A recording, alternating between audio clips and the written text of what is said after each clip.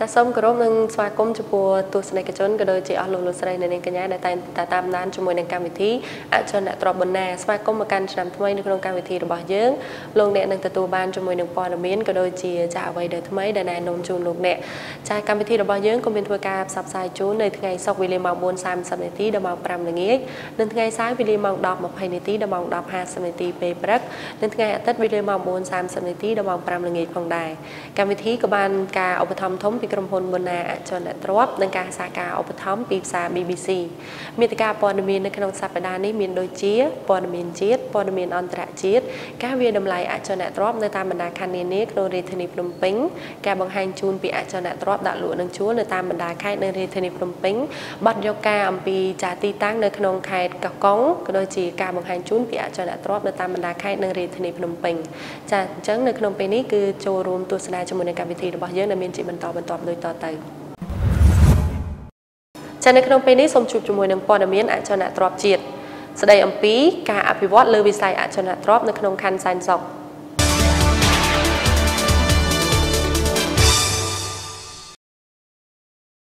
ខណ្ឌសែនសុខគឺជាខណ្ឌថ្មីមួយរបស់រាជធានីភ្នំពេញដែលចែកចេញជា6សង្កាត់គឺសង្កាត់ភ្នំពេញថ្មីសង្កាត់តាក្លាសង្កាត់ក្មួយសង្កាត់ព្រែកភ្នៅសង្កាត់សំរោងនិងសង្កាត់ពញាពុនហើយនាពេលបច្ចុប្បន្នកំពុងតែមានការអភិវឌ្ឍយ៉ាងខ្លាំងជាពិសេសវិស័យអចលនទ្រព្យតំបន់ដែលធ្លាប់តែនៅឆ្ងាយពីទីក្រុងប៉ុន្តែឥឡូវនេះប្រែក្លាយជាកន្លែងដែលអភិវឌ្ឍដូចជាទីក្រុងនិងមានសោភ័ណភាពស្រស់ស្អាតយ៉ាងណាមិញរាជរដ្ឋាភិបាលបាននឹងកំពុងតែធ្វើការអភិវឌ្ឍយ៉ាងខ្លាំងនៅតំបន់នោះដូចជាហេដ្ឋារចនាសម្ព័ន្ធផ្លូវថ្នល់ដោយមានរៀបចំសួនច្បារព្រមទាំងបំពាក់ភ្លើងបំភ្លឺផ្លូវដើម្បីជួយសម្រួលដល់ប្រជាពលរដ្ឋក្នុងការធ្វើដំណើរនិងមានតភ្ជាប់បណ្ដាញទឹកភ្លើងនៅគ្រប់ទីកន្លែងក្នុងតំបន់ដែលជាការតាក់ទាញមួយសម្រាប់អ្នកវិនិយោគជាតិនិងអន្តរជាតិមកធ្វើការវិនិយោគក្នុងតំបន់លើគ្រប់វិស័យជាពិសេសវិស័យអចលនទ្រព្យជាក់ស្ដែងយើងឃើញថានៅក្នុងខណ្ឌសែនសុខកំពុងតែមានការវិនិយោគជាច្រើនដូចជាសំណង់បុរីវីឡាខុនដូអាផាតមិននិងក្រុមហ៊ុនជាច្រើនកុះករជាការពិតណាស់នាដើមឆ្នាំ2013នេះមានសំណង់លំនៅឋានជាច្រើនបានសាងសង់រួចរាល់ជាស្ថាពរហើយក៏បានបន្តនៅគម្រោងរបស់ខ្លួនជាបន្តបន្ទាប់ផងដែរគួរបញ្ជាក់ផងដែរថាទីផ្សារផ្ទះល្វែងនៅក្នុងឆ្នាំ2012មានតម្រូវការខ្ពស់ឬមានការចាប់អារម្មណ៍ពីអតិថិជនច្រើនជាងឆ្នាំមុនកត្តានេះដោយសារតែការហូរចូលនៃអ្នកវិនិយោគបរទេសជាច្រើនផងដែរដោយបានសុំច្បាប់អនុញ្ញាតសាងសង់គម្រោងផ្ទះសម្បែងនេះបន្ទាប់ពីអស់លោកអ្នកបានទស្សនាជាមួយនឹងព័ត៌មានអចលនទ្រព្យជាតិនៅក្នុងពេលនេះសូមមកអារម្មណ៍លោកអ្នកមកជួបជាមួយនឹងព័ត៌មានអចលនទ្រព្យអន្តរជាតិលំនៅឋានឯកជន Equity Residential កើនឡើងដល់ 1.5 កោដនៃ unit ជាច្រើន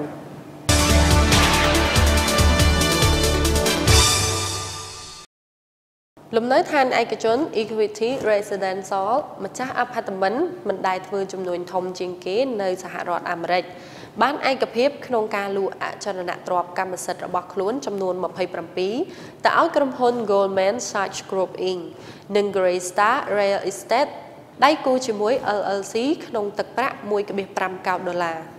ប្រតិបត្តិការសម្រាប់តម្លៃអាផាតមិនក្នុងមួយ unit មានតម្លៃ $187,000 សម្រាប់លំនៅឋានឯកជន Equity Residential នៅក្នុងទីក្រុង Chicago ព័ត៌មានពីសេចក្តីថ្លែងការណ៍ប្រចាំថ្ងៃ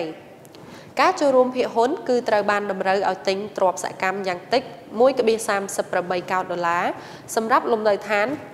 8,010 unit ដែលមានទីតាំងស្ថិតនៅដូចជាតំបន់ភាគខាងជើង New Jersey រដ្ឋ Florida រដ្ឋ Phoenix រដ្ឋ Denver Southern California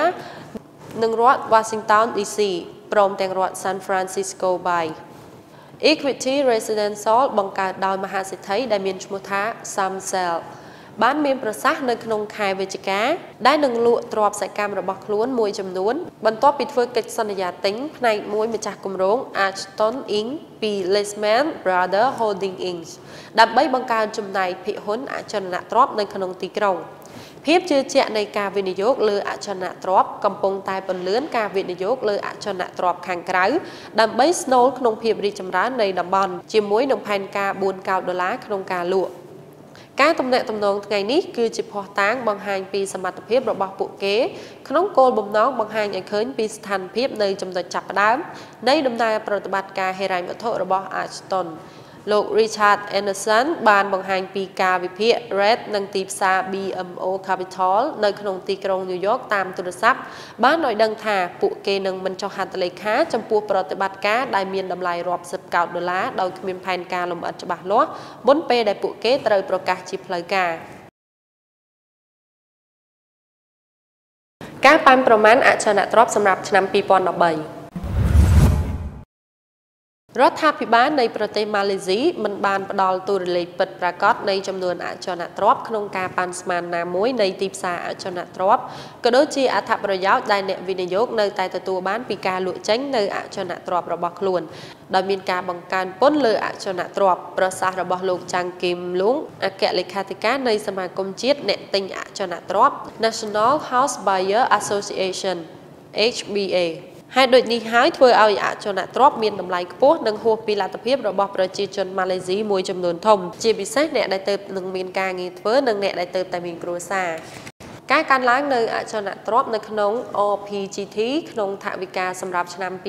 2013ត្រូវបានផ្លាស់ប្ដូរពី 10% ទៅ 15% សម្រាប់អចលនទ្រព្យដែលបានលក់ចេញនៅក្នុងរយៈពេល2ឆ្នាំនិងចាប់ពី 5% ទៅដល់ 10% សម្រាប់អចលនទ្រព្យដែលបានលក់ចេញនៅចន្លោះពី2ឆ្នាំទៅ5ឆ្នាំសេចក្តីរាយការណ៍ពីកាសែតសមាគមអ្នកទិញអចលនទ្រព្យបានបង្ហាញផងដែរនៅការយកចិត្តទុកដាក់យ៉ាងខ្លាំងនៅក្នុងកម្មវិធី One Malaysia Housing Programmer PR1MA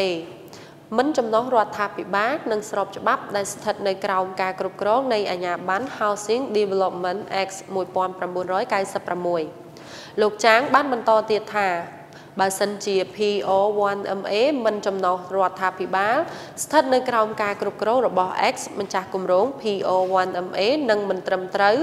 តាមការផ្សព្វផ្សាយនីតិបញ្ញត្តិហើយអ្នកទិញនឹងមិនត្រូវបានការពារដោយច្បាប់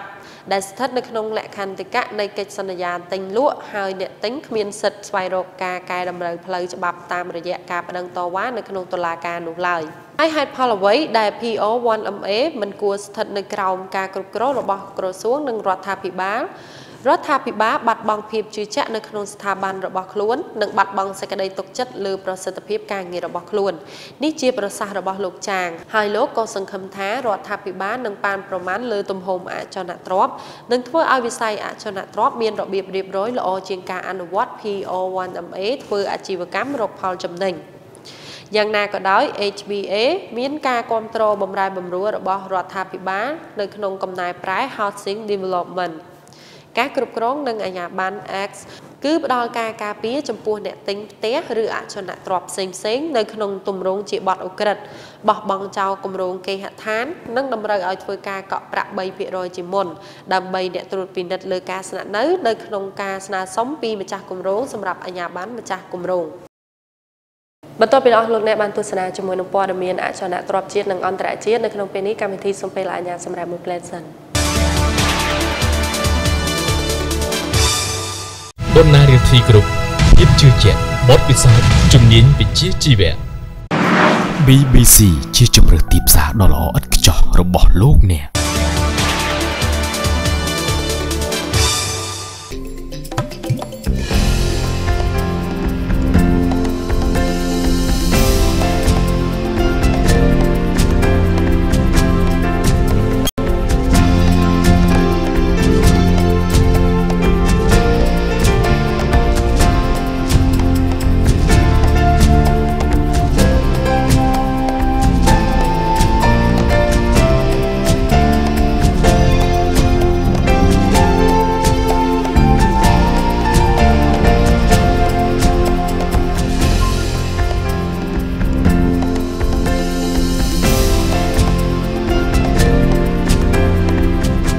បើមកជួបគ្នាសារជាថ្មីនៅក្នុងវគ្គនេះលោកអ្នកនឹងបានជួបជាមួយនឹងការវាយតម្លៃអចលនទ្រព្យនៅតាមបណ្ដាខណ្ឌនានាក្នុងរាជធានីភ្នំពេញបណ្ណារៀលធីគ្រប់ភាពជឿជាក់បទពិសោធន៍ជំនាញវិជ្ជាជីវៈ BBC ជាជម្រើសទីផ្សារដ៏ល្អឥតខ្ចោះរបស់លោកអ្នក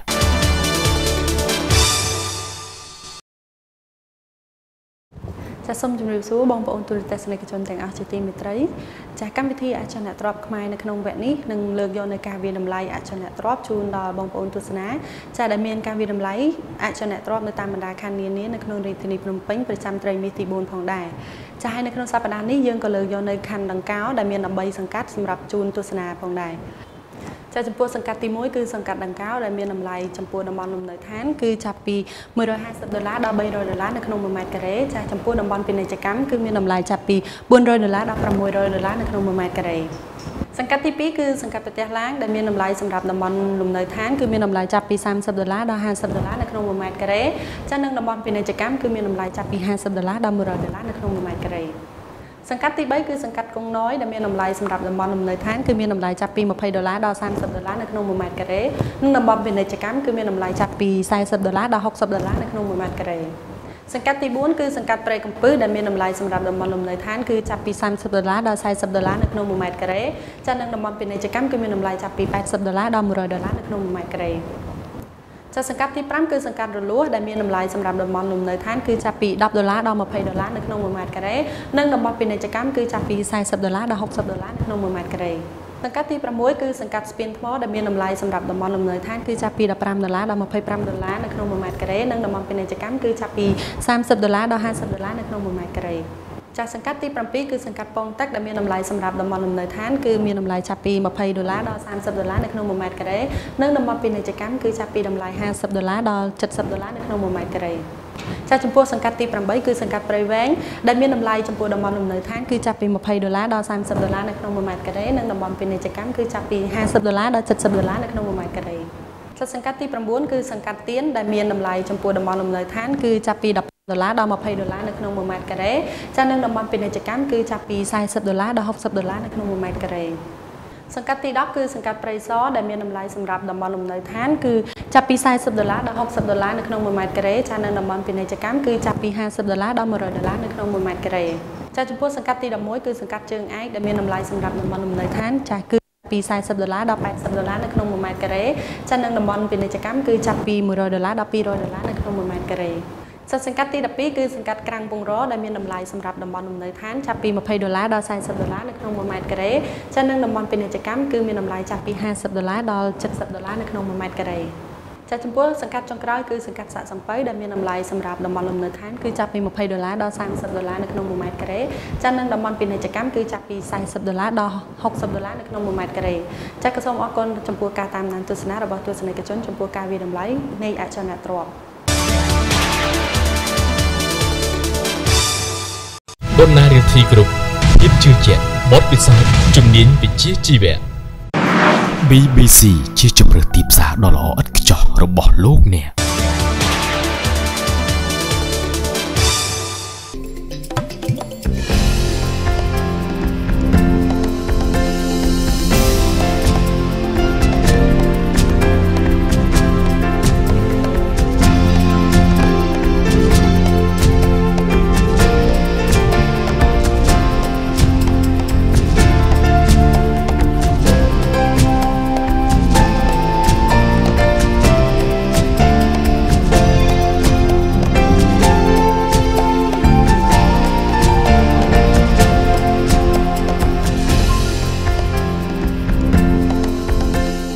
ជាថ្មីម្ដងទៀតនៅក្នុងវគ្គនេះលោកអ្នកបានជួបជាមួយនឹងការបង្ហាញជូនពីអចលនទ្រព្យល្អៗដែលដាក់លក់នៅតាមបណ្ដាខេត្តនិងរាជធានីភ្នំពេញវិឡាម៉ូតបារាំងសម្រាប់ជួលដែលមានទីតាំងស្ថិតនៅផ្ទះលេខ 177S ផ្លូវពីឡាទូសសង្កាត់ជ្រោយចង្វាខណ្ឌរិស័យកែវរាជធានីភ្នំពេញមានទំហំដី8ម៉ែត្រគុណនឹង40ម៉ែត្រ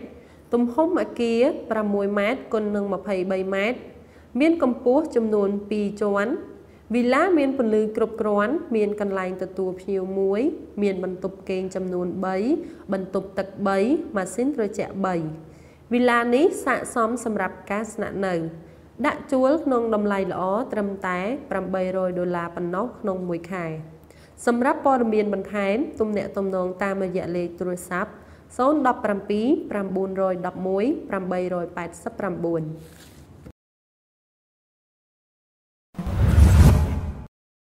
ផ្ទះសម្រាប់ជួលដែលមានទីតាំងស្ថិតនៅផ្ទះលេខ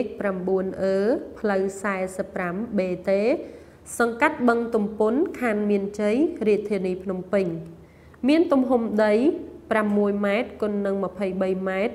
ទំហំអគារ 4 ម៉ែត្រគុណនឹង 16 ម៉ែត្រមានកម្ពស់ 2 ជាន់មានពន្លឺគ្រប់គ្រាន់មានកន្លែងទទួលភ្ញៀវ1មានបន្ទប់គេងចំនួន 5 បន្ទប់ទឹក 7 ម៉ាស៊ីនត្រជាក់ 5 ផ្ទះនេះស័ក្តិសមសម្រាប់ស្នាក់នៅ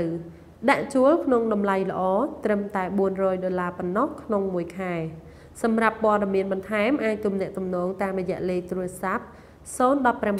911 889 ចាំបន្តវិបានទស្សនាជាមួយនឹងការបង្ហាញជូនពីអចលនទ្រព្យដាក់លក់នឹងជួលនៅក្នុងពេលនេះកម្មវិធីសំពេអាញាសម្រាប់មួយផ្លែសិនបណ្ណារៀនធីគ្រប់ភាពជឿជាក់បទពិសោធន៍ជំនាញវិជ្ជាជីវៈ BBC ជាជម្រើសទីផ្សារដ៏ល្អឥតខ្ចោះរបស់លោកអ្នក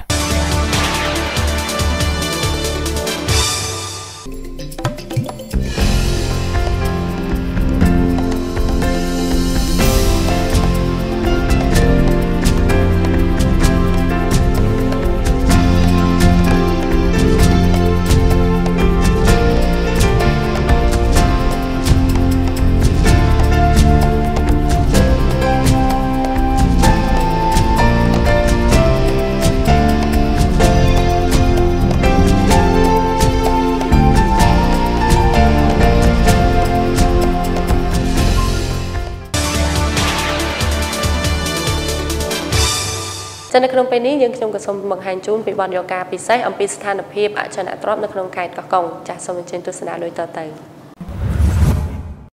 ចាអស់លោកស្រីអ្នកនាងកញ្ញាកំពុងតាមដានជាមួយនឹងកម្មវិធីអចលនទ្រព្យបណ្ណានៅក្នុងវគ្គនេះនាងខ្ញុំក៏សូមបង្ហាញអារម្មណ៍លោកអ្នកមកទស្សនាជាមួយនឹងចាស់ការបង្ហាញជូននៅក្នុងទឹកដីខេត្តកោះកុងឲ្យដឹងពីស្ថានភាពនៃការអភិវឌ្ឍចាលើវិស័យទេសចរក៏ដូចជាហេដ្ឋារចនាសម្ព័ន្ធមានថាផ្លូវថ្នល់ស្ពានសាលារៀនចាក៏ដូចជាមន្ទីរពេទ្យហើយជាពិសេសនោះលោកអ្នកនឹងបានទស្សនាជាមួយនឹងការអភិវឌ្ឍនៅលើវិស័យអចលនទ្រព្យចានៅលើទឹកដីខេត្តកោះកុងនេះផងដែរជាពិសេសមួយទៀតនឹងបង្ហាញជូនលោកអ្នកនៅបទសម្ភាសន៍ចាដែលផ្ដល់អំពីលោកឯកឧត្តមអភិបាលខេត្តនៅក្នុងទឹកដីខេត្តកោះកុងនេះចាដើម្បីកុំឲ្យខាត់ពេលវេលាយូរសូមទៅទស្សនាជាមួយនឹងនាងខ្ញុំទាំងអស់គ្នាខេត្តកោះកុងស្ថិតនៅទិសនិរតីនៃព្រះរាជាណាចក្រកម្ពុជាមានចម្ងាយ290គីឡូម៉ែត្រពីរាជធានីភ្នំពេញដែលធ្វើដំណើរតាមផ្លូវជាតិលេខ4និងផ្លូវជាតិលេខ48ដែលមានសក្តានុពលជាច្រើនបានកំពុងតែរីកចម្រើនមានដូចជាវិស័យសំណង់ហេដ្ឋារចនាសម្ព័ន្ធទេសចរសហគ្រាសរោងចក្រនិងនេសាទទេសចរខេត្តកោះកុងនេះជាផែនការ5ឆ្នាំដែលខេត្តបានលើកក្រុមរួចទៅហើយថា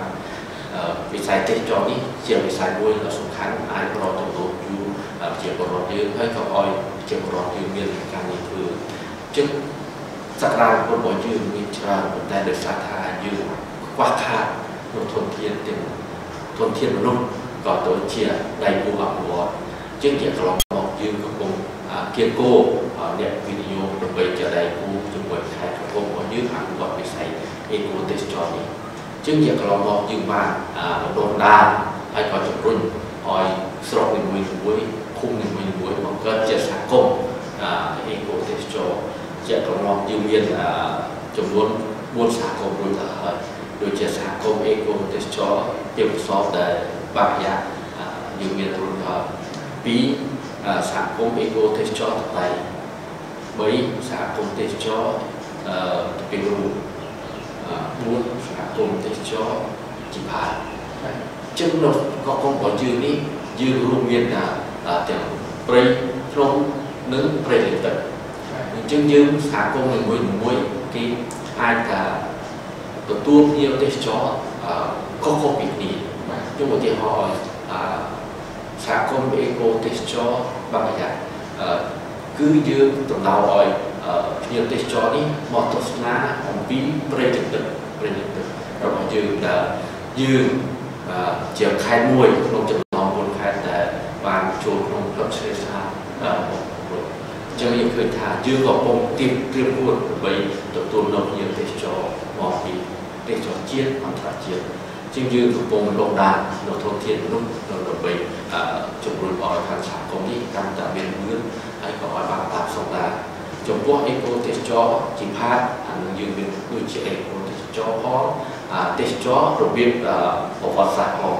ពួកកន្លែងនេះយើងមានតំបន់ប្រវត្តិសាស្ត្រដូចជាដាបឈូកបុរាណពីងបុរាណក្នុងរូបថ្មជាដើមហើយក៏ទេសចរអាចទៅកំសាន្តនិងអាចទៅលេងកំសាន្តតាមដងព្រែករបៀបធម្មជាតិក្នុងនោះការរៀបចំរបស់សហគមន៍ក៏រៀបចំធ្វើឲ្យគាត់មានចំនួនទៅពេលហ្នឹងជាប្រវត្តិនេះកាន់តែដឹងច្បាស់បញ្ហាការពារធម្មជាតិជាគាត់ចូលរួមក្នុងការការពារដើម្បីអភិវឌ្ឍខេត្តកោះកុងមានឆ្នេរសមុទ្រប្រវែង234គីឡូម៉ែត្រលាតសន្ធឹងចាប់ពីចំណុចឃុំជ្រោយស្វាយស្រុកខ្សែអំបិលមកទល់នឹងចំណុចចាំយាមស្រុកមណ្ឌលសីមាប្រជាពលរដ្ឋប្រកបមុខរបរដូចជានេសាទជួញដូរធ្វើស្រែចម្ការរកអនុផលពីព្រៃឈើនិងវារីវប្បកម្មឡាចំពោះអង្គការទី1យើងទៅទស្សនាអំពីព្រៃទឹកទី2អំពីជីវភាពការរស់នៅរបស់អ្នកនេសាទហើយក៏អាចមានសេវាជូនកំសាន្តទៅតាមដងតែមើលជារបស់យើងផងមើលការនេសាទជាប្រពៃណីផងទី2ទៀតយើងអាចទៅមើលព្រៃលោកฟังដែលជាធម្មជាតិរស់នៅក្នុងធម្មជាតិពិតតែពេលខ្លះមកលើឲ្យទុកនឹងភ្ញៀវទេសចរបានទៅកំសាន្តបានថ្នាក់ដឹកនាំខេត្តកោះកុងមាននយោបាយដើម្បីទទួលភ្ញៀវទេសចរមកទស្សនាដោយបានរៀបចំយុទ្ធសាស្ត្ររួមមានរៀបចំទីក្រុងនិងទីប្រជុំជនឲ្យបានស្អាតល្អធ្វើផ្លូវថ្នល់ប្រព័ន្ធលូធ្វើអនាម័យធ្វើសួនច្បាររៀបចំទីកន្លែងកំសាន្តតាមឆ្នេរសមុទ្រដែលមានតំបន់ទេសចរធម្មជាតិទឹកធ្លាក់ពីកន្លែងធំៗនិងរមណីយដ្ឋានទេសចរ4កន្លែងនិងមានតំបន់ជាច្រើនទៀតដែលខេត្តកំពុងសិក្សាឡាបាទចំពោះបញ្ហាហេដ្ឋារចនាសម្ព័ន្ធនេះវាដូចប្រសាទរបស់តែអាសនៈដែលចូលបានការអភិវឌ្ឍផ្លូវទឹកភ្លើងនិងធនធានគឺជាការអភិវឌ្ឍវិស័យអតិថិជាងជាកន្លងមកក្នុងវិស័យទេសចរអញ្ចឹងក៏តម្រូវឲ្យយើងមានហេដ្ឋារចនាសម្ព័ន្ធមានទឹកមានភ្លើងទើបយើងអភិវឌ្ឍបញ្ហានេះបានប៉ុន្តែយើងទេសចររបៀបពីពួកទេសចរប៉ុន្តែហេដ្ឋារចនាសម្ព័ន្ធក៏នៅតែជាបញ្ហាចម្បងជាងសពថ្ងៃនេះយើងបានជំរុញឲ្យផ្លូវរបស់យើងទី1កសាងផ្លូវជុំវិញក្រុងសិនបាទរៀបចំក្រុងឲ្យស្អាតដោយទៅដើម្បីចាក់ប្រឡងពលតែជាមួយទីក្រុងផ្សេងៗទៀតជាងជាកន្លងមកយើងឃើញថាយើងបានកសាងផ្លូវហេដ្ឋារចនាសម្ព័ន្ធជុំវិញខ្សែក្បាច់ក្រុងនេះច្រើនណាស់ហើយក៏រៀបចំហើយសពថ្ងៃនេះក៏កំពុងធ្វើបាទទៀតសួនច្បារជាយើងកំពុងមានន័យថាខ្ញុំធ្លាប់និយាយថាយើងមានស្តង់ដារគ្រប់តែយើងមិនต้องដូចគោលបំណងមិនต้องតាមតែខ្លួនអញ្ចឹងបាទភ្ញៀវទេសចរគាត់ក៏ចាប់អារម្មណ៍អញ្ចឹងការផ្លាស់ប្ដូរមកយើងក៏គិតខំដើម្បីរៀបចំឲ្យហេដ្ឋារចនាសម្ព័ន្ធរបស់យើងនេះកំពុងប្រកបកសាងសក្តានុពលទេសចររបស់ខេត្តកោះកុងរហូតមកដល់ពេលនេះមានទេសចរមកចូលទស្សនាក្នុងខេត្តចំនួន 9525 នាក់ប្រៀបធៀបទៅនឹងឆ្នាំ2011កើនឡើង31កណ្ដោសញ្ញា 51%បើសិនយើងឃើញថាប្រៀបធៀបទៅឆ្នាំ2011 2012នេះយើងឃើញថាសំណង់ធំអាគារធំយើងបានដុសលើជាច្រើនមានន័យថាការកសាងប្រកបធ្វើយ៉ាងតែទាំងចិត្តបាយនេះបញ្ជាក់ឲ្យឃើញថាជីវភាពរបស់ប្រជាពលរដ្ឋក្នុងខេត្តកំពង់ចាប់ដើមងើបលើមានន័យថាល្អជាងមុនអានេះវាសំដៅឲ្យឃើញថានេះហើយជាការអភិវឌ្ឍដោយសារថាមានការអភិវឌ្ឍជីវភាពគាត់កាន់តែល្អធ្វើឲ្យក្រុមកាន់តែស្អាតជាបញ្ហាយើងឃើញថាបើយើងធ្វើកាត់មកតាមប្រជាចូលក្រុមដល់នេះយើងឃើញថាយើងមានទេថ្មបាទហើយក្នុងក្រុមលើបងកសាងច្រើនណាស់ប៉ុន្តែយើងក៏មានកម្រិតថាការកសាងឲ្យតម្រូវឲ្យមានស្របទៅនឹងអ្វីដែលយើងកំណត់ក៏ឲ្យតែអនាគតដែរបាទចំពោះថាសេវាកម្មផ្នែកសន្តាគារឥឡូវនេះយើងមានសន្តាគារចំនួន7ដែលមាន754បន្ទប់ហើយក្នុងនោះយើងមានទេសនាចំនួន 9 កន្លែងដែលមាន 342 តុជាងយើងគិតថាប៉ុណ្ណឹងវាអាចធានារ៉ាប់រងបានដល់ភ្ញៀវជាតិអន្តរជាតិត្រង់មធ្យមជាងយើងត្រូវតែតម្រូវការថាឲ្យមានការសាកសងឬក៏ជំពង្រីកបន្ថែមក្នុងបញ្ហានេះព្រោះយើងឃើញថានៅពេលណាដែលខ្ញុំរៀបចំពីព្រោះដែលយើងឃើញនៅខាងក្រមនេះគឺស្ថានភាពវិញមកទេសនាក៏វិញដែរជាងយើងឃើញថាញាតិទេសចរឆ្នាំនេះយើងគិតថាចុងឆ្នាំ 2012 នេះវាកើនជាងឆ្នាំមុនពីមុនមានតែ 60,000 ជាងតែនេះយើងឈានដល់ 7,000 ជាងយើងឃើញថាញាតិទេសចរចាប់អារម្មណ៍មកដល់ខេត្តកំពង់យើងជាងមកសន្តាគារប៉ុន្តែយើងគិតថាយើងមានសន្តាគារល្អចំនួន 7 នេះ 700 ជាងបន្ទុកនេះក៏អាចធានារ៉ាប់រងបានចំពោះយើងជាតិអន្តរជាតិក្នុងនោះទៀតណាយើងមាន 300 ជាងបន្ទុកទៀតហើយរមណីយដ្ឋានយើងមានចំនួន 2 ដើម្បីឲ្យជាទេសចរយើងអាចទៅទស្សនាកំសាន្តបានហើយក្នុងនោះយើងមានអាហារឋានចំនួន 6 កន្លែងពុទ្ធនីយដ្ឋានជា 10 កន្លែងដែលវាមានទៀតតង់ណាអន្តរជាតិដូចជាភោជនីយដ្ឋានដើម្បីឲ្យទទួលភ្ញៀវអន្តរជាតិបានជាងកន្លងមកយើងបានរៀបចំប៉ុន្តែដូចជំនិយាយខាងលើថាយើងខ្វះខាតនៅដៃគូល្អដើម្បីពង្រីកបន្ថែមបញ្ហានេះបាទក្រុមហ៊ុនវិនិយោគកន្លងមកដែលចូលមកវិនិយោគនៅខេត្តកោះកុងយើងខ្ញុំនេះគឺក្រុមហ៊ុនដែលធំគឺក្រុមហ៊ុន Union Development ដែលកំពុងតែអភិវឌ្ឍនៅឃុំកោះស្ដេចស្រុកគិរីសាគរបាទហើយនឹងមួយចំនួនទៀតក៏ជាបណ្ដាដែលដាក់ទុនវិនិយោគនៅតាមកោះមួយចំនួនបាទដូចជាថ្មីនេះគឺទើបតែនឹងចុះបញ្ជីហើយកោះម្នាស់កោះសំឡូងកោះទន្ទឹមបាទដំឡូងក្នុងដំឡូងក្រៅបាទអញ្ចឹងនៅសល់ច្រើនទៀតដែលជាកត្តាមួយត្រូវធ្វើឲ្យខេត្តកោះចុងត្រូវការអ្នកវិនិយោគមកកាន់តែច្រើនថែមទៀតនៅមានសក្តានុពលច្រើនសម្រាប់ការវិនិយោគនេះហើយចំពោះការចូលមកវិនិយោគក្នុងការជំនះអំណងគឺយើងមានគណៈកម្មការវិនិយោគខេត្តសម្រាប់ទទួលនឹងចូលក្នុងការងារបាទ ចាលោកអ្នកទៅបានទស្សនាជាមួយនឹងការផ្ដល់បទសម្ភាសន៍ចាអំពីឯកឧត្តមអភិបាលខេត្តក៏ដូចជាលោកប្រធានសុរិយោដីនៅខេត្តកោះកុងចាលោកអ្នកក៏បានជ្រាបរួចមកហើយថាតើនៅក្នុងខេត្តកោះកុងនេះមានការអភិវឌ្ឍលើវិស័យអ្វីខ្លះក៏ដូចជាពិសេសហ្នឹងគឺវិស័យអចលនទ្រព្យចាក៏មានការសាងសង់ជាផ្ទះល្វែងវីឡាហើយនឹងជាពិសេសហ្នឹងគឺដីដែលមានចាទីធ្លាធំទូលាយហើយមានការសាងសង់ជាសាលារៀនមន្ទីរពេទ្យនិយាយទៅគឺអភិវឌ្ឍខ្លាំងមែនទែនចំពោះទឹកដីខេត្តកោះកុងដូច្នេះបើសិនជាលោកអ្នកមានចំណាប់អារម្មណ៍ជាមួយនឹងទឹកដីដែលជាទឹកដីនៃចាដែនដីសុវណ្ណភូមិដ៏ល្អប្រណិតនៅជាប់នឹងព្រំដែនថៃផងដែរចាដែលពេលវេលាមានកំណត់នៅក្នុងពេលនេះនាងខ្ញុំនឹងក្រុមការងារសូមពេលអញ្ញាតសម្រាប់មួយផ្លែតសិន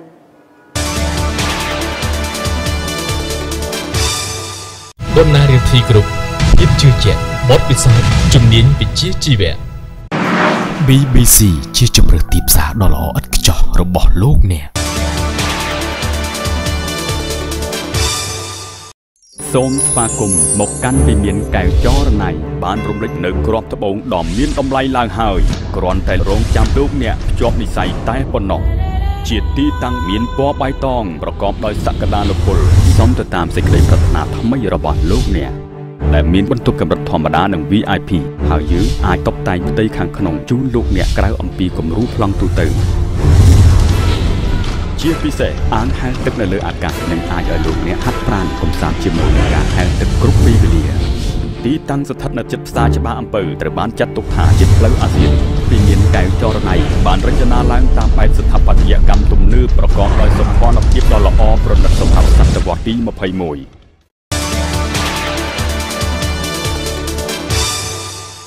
នៅក្នុងវគ្គនេះផងដែរលោកអ្នកក៏តែងតែបានជួបជាមួយនឹងការបង្ហាញជូនពីអចលនទ្រព្យល្អៗដែលដាក់លក់នឹងជួននៅក្នុងបណ្ដាខេត្តនៅរាជធានីភ្នំពេញផ្ទះល្វែងសម្រាប់លក់ ផ្ទះល្វែងសម្រាប់លក់មានទីតាំងស្ថិតនៅលើផ្លូវជាតិលេខ 2 សង្កាត់ចាក់អង្រែក្រោមខណ្ឌមានជ័យរាជធានីភ្នំពេញមានទំហំដី 5 ម៉ែត្រគុណនឹង 33 ម៉ែត្រមានទំហំអគារ 5 ម៉ែត្រគុណនឹង 27.5 ម៉ែត្រនិងមានកម្ពស់ 4 ជាន់ផ្ទះនេះមានបន្ទប់ទទួលភ្ញៀវចំនួន 1 មានបន្ទប់គេងចំនួន 6 បន្ទប់ទឹក 6 និងមានសល់ដីខាងមុខទំហំ 5 ម៉ែត្រដែលអាចចតរថយន្តបានចំនួន 2 គ្រឿងផ្ទះនេះមានប្លង់រឹងរួចជាស្រេចនិងមានតបណ្ដាញទឹកភ្លើងរត់រួចជាស្រេចមានបរិយាកាសល្អមានពន្លឺចេញចូលគ្រប់គ្រាន់ដែលស័ក្តិសមសម្រាប់ការរស់នៅដាក់លក់ក្នុងតម្លៃល្អត្រឹមតែ $285,000 ប៉ុណ្ណោះតម្លៃនេះអាចចរចាបានសម្រាប់ព័ត៌មានបន្ថែមទំនាក់ទំនងតាមរយៈលេខទូរស័ព្ទ 077 676 599 ក្លែងសម្រាប់លក់ដែលមានទីតាំងស្ថិតនៅឃុំព្រែកឫស្សីស្រុកតាខ្មៅខេត្តកណ្ដាលមានចម្ងាយប្រហែល 8 គីឡូម៉ែត្រពីភ្នំពេញមានទំហំដី 1,650 ម៉ែត្រការ៉េនិងមានទំហំឃ្លាំង 1,070 ម៉ែត្រការ៉េមានពន្លឺគ្រប់គ្រាន់មានបន្ទប់គេងចំនួន 1 បន្ទប់ទឹក 1 នៅក្នុងនោះឃ្លាំងសម្រាប់លក់មានប្លង់រឹងរួចជាស្រេចនិងមានតបណ្ដាញទឹកភ្លើងរត់រួចជាស្រេចស័ក្តិសមសម្រាប់ការស្តុកទំនិញឬបង្កើតជាសិប្បកម្មក៏បានដាក់លក់ក្នុងតម្លៃល្អត្រឹមតែ $175,000 តែប៉ុណ្ណោះតម្លៃនេះអាចចរចាបានសម្រាប់ព័ត៌មានបន្ថែមអាចទំនាក់ទំនងតាមទូរស័ព្ទ 077 676 599បណ្ណារៀនធីគ្រប់ភាពជឿជាក់បទពិសោធន៍ជំនាញវិជ្ជាជីវៈ BBC ជាជម្រើសទីផ្សារដ៏ល្អឥតខ្ចោះរបស់លោកអ្នកសូមអរគុណសម្រាប់ការតាមដានទស្សនាកម្មវិធីអចលនទ្រព្យបណ្ណាតាំងពីដើមរហូតដល់ចប់បើសិនជាលោកអ្នកខកខានមិនបានទស្សនាជាមួយនឹងកម្មវិធីនៅក្នុងគណៈពេលនេះលោកអ្នកអាចទស្សនាជាមួយនឹងទស្សនាវដ្តីបណ្ណាអចលនទ្រព្យឬក៏ចូលទៅក្នុងគេហទំព័រ www.bonnarealty.com.kh ហើយបើសិនជាលោកអ្នកមានចំណាប់អារម្មណ៍ចង់ផ្សព្វផ្សាយពាណិជ្ជកម្មជាមួយនឹងទស្សនាវដ្តីបណ្ណាអចលនទ្រព្យលោកអ្នកអាចទំនាក់ទំនងលេខទូរស័ព្ទនៅលើកញ្ចក់ទូរទស្សន៍ចា៎អរគុណសម្រាប់ការតាមដានទស្សនានៅក្នុងពេលនេះនាងខ្ញុំនិងក្រុមការងារសូមអរគុណសូមគោរពលា